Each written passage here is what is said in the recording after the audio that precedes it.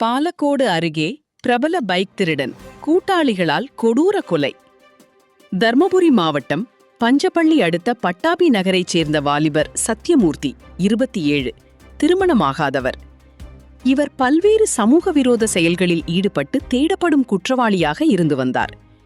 இவர் மீது ஓசூர், காங்கேயம், கங்கபாளையம், சேலம் இரும்பாலை உள்ளிட்ட காவல் நிலையங்களில் மோட்டார் சைக்கிள் திருட்டு உள்ளிட்ட பல்வேறு வழக்குகள் உள்ள நிலையில் போலீசாரால் தேடப்பட்டு வந்தார்.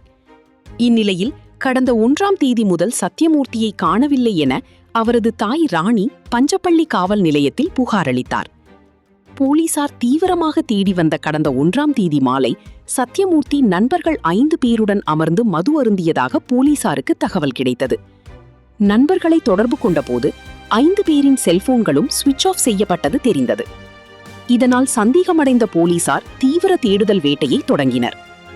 சத்யமூர்த்தியின் நண்பரான நமாண்ட அள்ளியைச் சேர்ந்த பூதையன் என வெள்ளையன் 27 என்பவரை பிடித்த போலீசார் அவரிடம் தீவிர விசாரணை மேற்கொண்டதில் கடந்த 1ஆம் தேதி மாலை சத்யமூர்த்தி மற்றும் நண்பர்கள் 5 பேர் சேர்ந்து பஞ்சப்பள்ளி அருகே உள்ள வேடம்பட்டி வனப்பகுதியில் மது அருந்தும் போது சத்யமூர்த்தி தகராறில் ஈடுபட்டதாகவும், தகராறு முற்றியதில் ஆத்திரமான 5 பேரும் சேர்ந்து மரக்கட்டையால் தாக்கி பாறையில் தலையை முட்டி கொன்றதாகவும், இதில் சத்யமூர்த்தி இறந்ததால் அனைவரும் தப்பியோடி தலைமறையாகிவிட்டதாகவும் தெரிவித்தார்.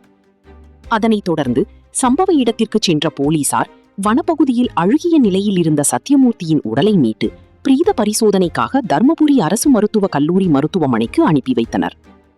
இச்சம்பவம் குறித்து போலீசார் வழக்கு பதிவு செய்து தொழில் போட்டியில் கொலை செய்தனரா அல்லது பணம் பங்கு பிரிப்பதில் ஏற்பட்ட தகராறு காரணமா அல்லது பெண் தொடர்பான மோதலா என பல்வேறு கோணங்களில் விசாரித்து வருகின்றனர்.